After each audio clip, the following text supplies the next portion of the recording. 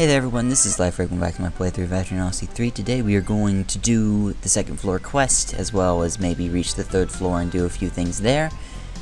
Let's just kick this off by resting to the proper time and creating the farm team, which is something we are going to be using throughout the series in order to get things done. Also, this treasure chest has been obtained. So, let's quickly go into the Explorers Guild and get this registered up. This would be the same as all the other times, which would be Quint first. Be Quint, Whitney, Saul, Tiara.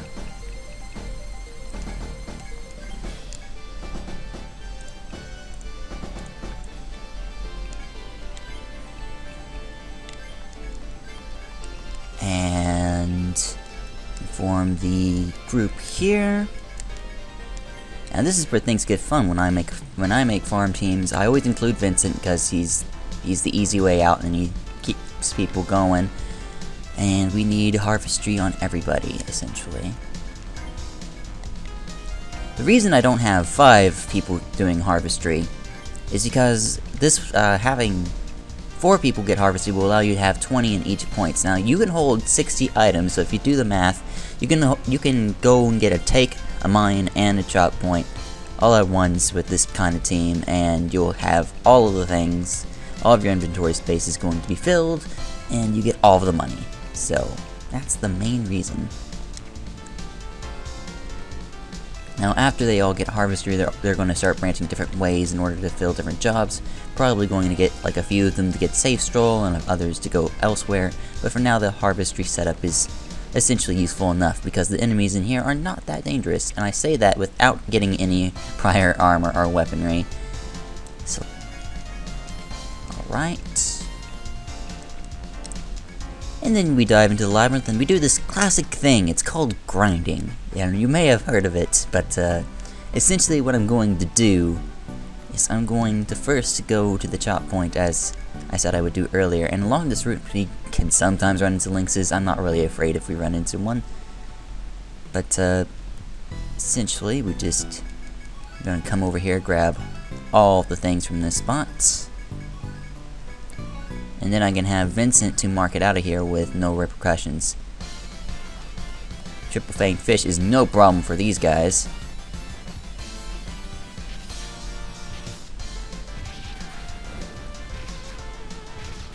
All that power stuff, they're able to 2-hit KO the fish, which is awesome. Ain't scared of no things. Then you continue doing this until it's exhausted, then you use Vincent to get out. And then you sell the stuff, and you can see how this process repeats itself, but that's not what I meant by grinding. I mean, I'm actually going to level grind, like, really hardcore, like, right outside.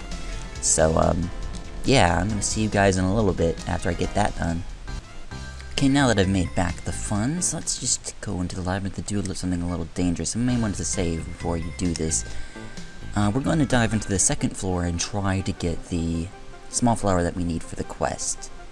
We're going to go in and dive straight towards the take point. Now, the best route is during the daytime. Rush here. The counter rate here is really low. Sometimes you won't run into fights here, but if you do, try to run.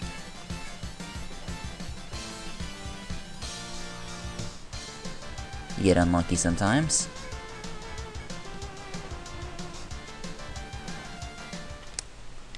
Other times you make it. And make sure to revive our fallen comrades in case we need to run again, which we won't.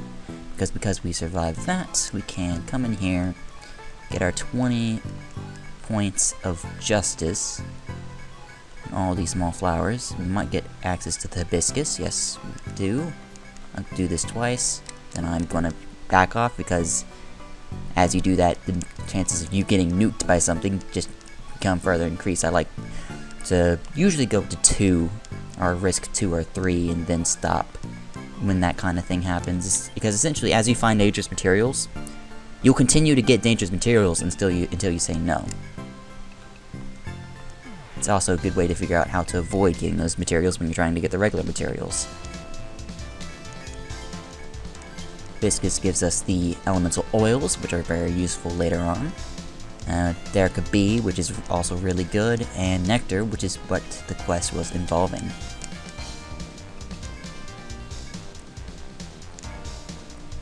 Must for explorers out in the forest. Sent your reward to the girl at the bar. Don't forget to get it from her. Thank you for helping me with this request. I'll be sure to ask for you next time. And thus our job is done. We go to the Butterfly Bistro and we report this quest in. Not that quest in, but this quest in.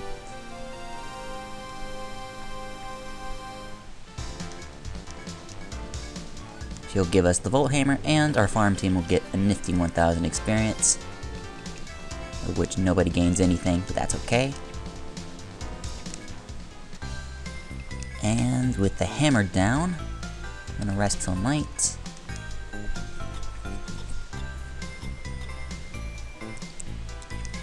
And I'm gonna grab the regular exploration team to try to find and kill this Gigapede. Okay, what's occurring right now is a phenomenon called,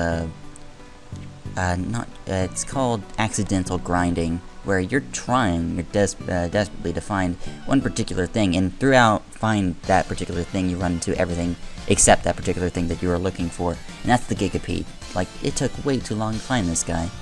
I probably should have just gone up this shortcut here and tried looking in this area first instead of going pure west and then north.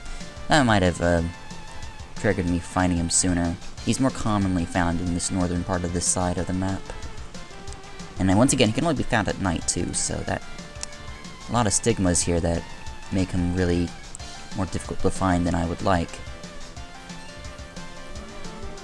Ah, we killed him. But we need his leg, not his jaw, so that wasn't a big deal. But he didn't give us... We're gonna have to look for him again.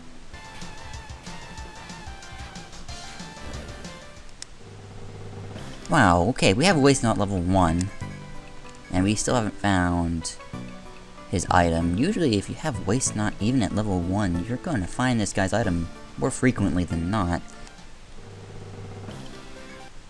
You can counter it here high enough here for me to run into one more fight before the daylight. Could be.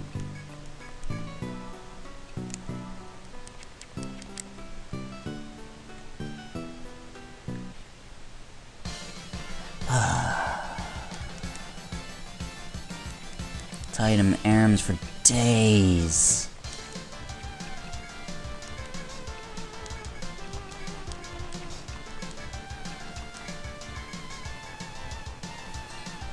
Item errands for days.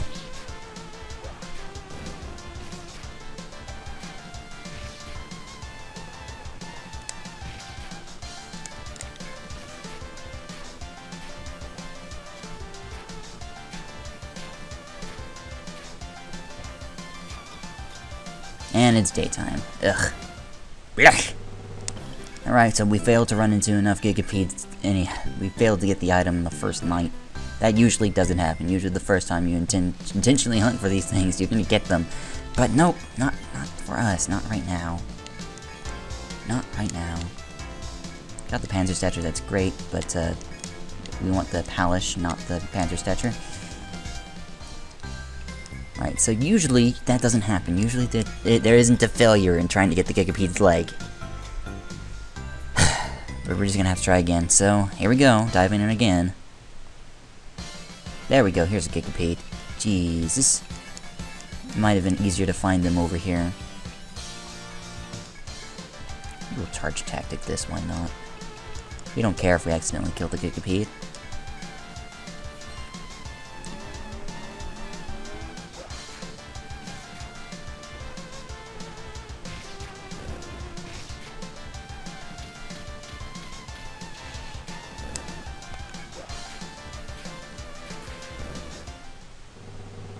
Okay, we finally got his leg, and we technically need 2 of his leg in order to also sell his leg to the shop, but, you know, not something I'm worried about right now. I'm gonna Kira gained levels into their respective stats.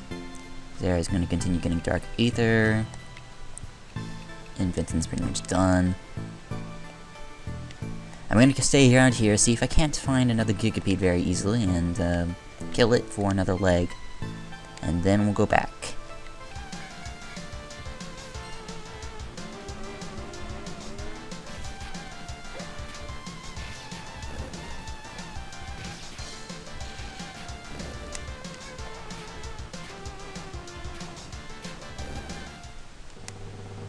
I actually need to compare how much damage I did with that, because that would help me determine how much one tech matters. But essentially, because she leveled up recently, she gained one tech from that level, and she was able to do more damage with that Gigapede. So it'd be really cool if I could figure out what the difference between one tech is. I'll have to crunch those numbers and maybe put that in the description or as an annotation on this video. Well, I'm done with that business, so let's report this in. Yes, we are alive with this Gigapede like Missy, and she will get that on its way. The Labyrinth at night is scary. Many monsters come out once darkness falls, but others go to sleep. Here's the word as promised. I can count on, yes, you can count on us for more requests, Missy, as we continue on. Kira finally reaches level 8. She is so far behind. That matters too much. I believe everyone's gotten their levels distributed, except for Gandra. Gandra's seemingly just ninja levels whenever she wants. And we're almost to our first level in Monarch March, and now great. Let's stop by and Appear's firm and sell the stuff to Maxine one last time. Spike Club is nice.